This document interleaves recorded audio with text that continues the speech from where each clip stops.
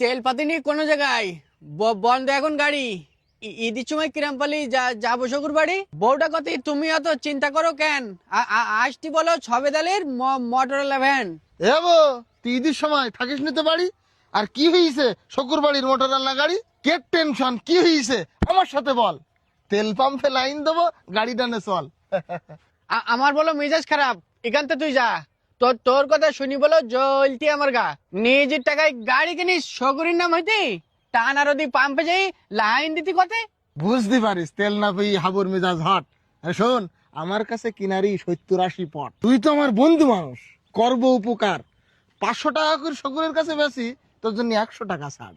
কি বলতি? 400 টাকা লিটার কিনিস শকুর বাড়ি যাব, সেই টাকাতে গোস্ত কিনি বা বাড়ি বসে খাবো। তুই তো ওপর ওপর বিশাল ভালো, তলে তলে চিটার। তেল জমাই বেচতেছিস তুই 500 টাকা লিটার। তোর সাথে কই, আমি আবার আর একটা কাজ করি। এই ট্যাঙ্কির তেল বাড়িতেই আবার লাইন ধরি।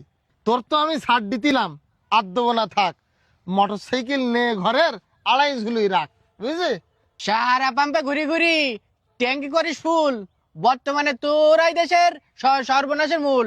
তো তোগের মতন ধান্দা বাজার চিটারের জন্য কোনো জায়গায় তেল পাতিনি, খুঁজি হতে হননি। তোর সাথে গেছবো না আর, বাড়ির দিকে যাই। ওদিকে তেল নেবে তাই ফোন দিতিছে সালেক রেজা ভাই। আর শোন, গোপন কথা কারোর সাথে বলিস নি জন তুই। এই সুযোগে এখন কিছু টাকা গুছাই তুই। এই দাঁড়া, দেখবো আমি কি রাম তোমার হারাম টাকার জোর। থানায় যাবো, নালিশ দেবো, গুলি মারুক তোর। যারা মজুদ তেলের ব্যবসা করে নেই তো তাদের ক্ষমা, গলা ধরি উঁচু করি থানায় দেবো জমা। দাঁড়া আমি জাতি থানায়। এই যে শোন, আমার কথা শোন। হাপ!